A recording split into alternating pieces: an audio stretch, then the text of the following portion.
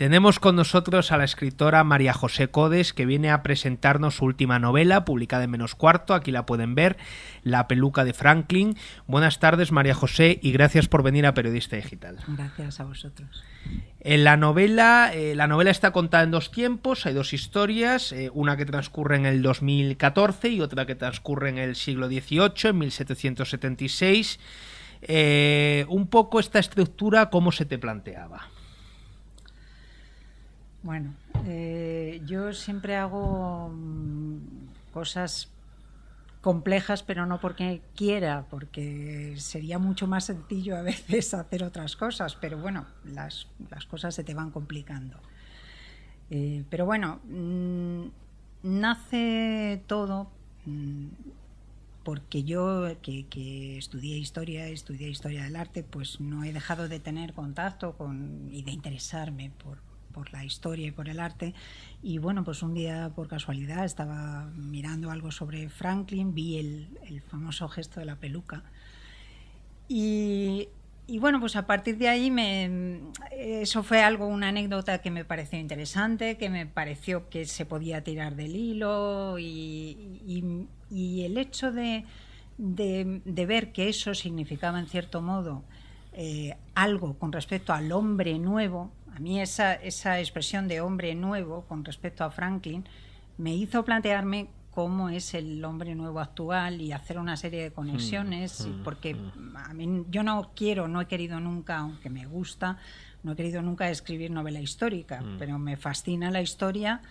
si se relaciona con el presente. Entonces, así es como se me complican a mí las cosas, que luego al final pues tienes que acabar atando las cosas y acabas haciendo lo que normalmente hacemos nosotros, los escritores, que es acabar hablando de la propia fabulación, casi.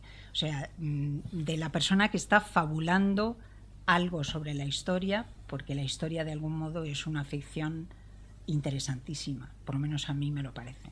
Fíjate, has dicho, a mí me gustan las novelas históricas, pero las que están contadas, digámoslo así, desde el presente. A mí me pasa exactamente igual. A mí las novelas estas históricas que en la primera página ya te encuentras Chicago, 1830, tal, me gusta mucho menos que aquellas que arrojan luz al presente, ¿no? Que es un poco lo que vendría, que vendría a ser esta novela. Hay en la novela un juego constante, lo has dicho tú también, de dualidades, ¿verdad? Constante, entre los dos protagonistas, entre los dos personajes que protagonizan cada una de estos dos hilos temporales, ¿no? Entre Vilán y Jaime Gardoqui, ¿no? Sí, porque... Por ejemplo, se parecen más de lo que a lo mejor en un primer momento uno pudiera pensar, sí. Y además, claro, como la historia de Jaime la está escribiendo Vilán, en cierta manera él también hace se proyecta. Exactamente, es eso. ¿No? He recordado las vidas de Dubín, por ejemplo, esa novela espléndida de... Eso es, exactamente. Yo creo que la idea partimos de un personaje que es pasivo, porque la pasividad es uno de los temas, uno de los temas de la novela, sí. Y de algún modo, puesto que Vilán lo tiene bastante difícil en su vida, porque yo creo que no es un personaje que sea consciente de su propia imposibilidad de actuar, o lo es, pero no hay manera de que pueda salir de ahí. Y de algún modo la ficción es para él una manera de redimirse. El hecho de proyectarse en un personaje como Jaime Gardoqui, que está en medio de una travesía en el mar en la que realmente no sucede nada. Habrás visto que tampoco suceden grandes cosas en la travesía del Reprisal. Sí, pero la atmósfera está muy, muy lograda. Sí, pero es que esta es la idea, que quiero decir que incluso en la pasividad del siglo XVIII había actividad. Sin embargo, en la pasividad de la época actual, si uno se quiere abandonar a ser pasivo, lo puede ser, porque la vida te lo facilita, las tecnologías te lo facilitan, y un supuesto personaje como Vilán, con sus circunstancias familiares, de salud, de ubicación, etcétera, pues es fácil que se abandone a esa pasividad. pero que se dé cuenta y que quiera redimirse, creo yo. Entonces, Jaime Gardoqui es como su alter ego o su tabla de salvación o su proyección en la que él mismo se intenta redimir de esa pasividad de su vida real. Fíjate, has comentado, has dicho lo de la pasividad. En este sentido, la presencia de las mujeres son muy importantes, ¿no? Porque, por ejemplo, Miriam es, ¿no? La amiga de Vilán, es todo lo contrario de lo que es él, ¿no? Es una mujer Miriam comprometida y Eternity en la historia que él va relatando, ¿no? Te diré, no sé si te ha llamado o no la atención en la parte histórica, pero hay un hecho, se habla de un hecho, de unas votaciones en Nueva Jersey, y esto es algo que me encontré por casualidad y que es cierto. Que existió. Sí, es algo histórico que tampoco se ha documentado demasiado, pero bueno, tuve acceso a un documento en Estados Unidos y lo vi que se habían producido por error, por esa palabra, como se explica en la novela, en la que se produjeron esas votaciones en Nueva Jersey y la premisa para poder votar era ser una persona con unas ciertas con una cierta renta, con unas tierras, etcétera. Pero en lugar de poner pueden votar hombres con estas características, se dijo pueden votar personas con estas características, y las mujeres aprovecharon ese hueco legal y votaron. Sobre todo eran mujeres cuáqueras. Entonces, esto también me dio la pista, igualmente en la actualidad, para algo que es parte también de mi discurso, que es el discurso feminista. No es que yo sea una feminista irritada, pero sí que es cierto que creo que todavía tenemos mucho que recorrer. Y precisamente porque las mujeres lo tenemos en algunas cosas un poco más difícil, luchamos más. Porque es así, esto es un fenómeno sociológico. Cuanto más difícil te ponen las cosas, más intentas salir de ellas y progresar. En ese sentido, me parecía lógico que tanto Eternity como su simétrica, vamos a decir, en el presente fueran luchadoras. Sí, entonces, yo la novela no diría que es una novela feminista, porque quizás esto va a desorientar al espectador, pero sí es una novela en la que los personajes femeninos tienen mucha fuerza y muchos arrestos, ¿no? Sí. O sea, son mujeres de armas tomar. Hay otro guiño, otra cosa muy bonita, ¿no? Y es que Jaime, que es antepasado, creo que no lo hemos dicho, de Vilán, es la historia que está escribiendo el propio Vilán, que además lo sabemos desde las primeras páginas, ya sabemos por dónde va a ir en ese sentido la novela. Porque yo al principio, cuando me llegó la novela a casa, 2 historias tal, pensé un poco que a lo mejor podía ser como Las Palmeras Salvajes. Sí, que luego nunca se juntan las historias. 2 historias estupendas, pero que no tienen nada que ver. Sí. Y sin embargo, desde las primeras páginas ya vamos viendo que la historia es la que va escribiendo Vilán. Pero es que Gardoqui también va en esa travesía, en principio, porque quiere escribir lo que le pasa a Franklin, ¿no? Exacto. Entonces, esto es una cosa que me ha gustado mucho, ¿no? Es como el eslabón en la escritura. Sí, hay mucho bucle de escritura. Hay gente que dice que son cajas chinas. Hay algo de cajas chinas también, porque luego los 2 personajes, que esto es otro tema en la novela, el Mirón, el Boyer, ¿no? Sí. Los 2 lo son a su manera. Él Vilán a través de ese telescopio moderno y tal, y el otro a través de la cerradura, ¿no? La cerradura que le separa del camarote donde está Eternity. Sí, efectivamente. Y eso también yo creo que nos lleva un poco a reflexionar sobre cómo manejamos hoy las redes sociales y un poco la forma que tenemos de relacionarnos, porque es una novela también, o yo lo he visto así, sobre las relaciones humanas, sobre la complejidad de las relaciones humanas. Sin duda. De hecho, este personaje Vilán a mí me ha gustado mucho. Es un hombre nuevo también. en cierta medida, ¿no? Una especie de hikikimori, o como se dice, la gente que se pasa las horas. Sí, se pasa las horas en el ordenador, que son pasivos, pero bueno, sin salir, también, observando. También me han comentado que podría haber cierto paralelismo, por ejemplo, con El hombre que duerme de Perec, o con otros personajes pasivos. El hombre que duerme...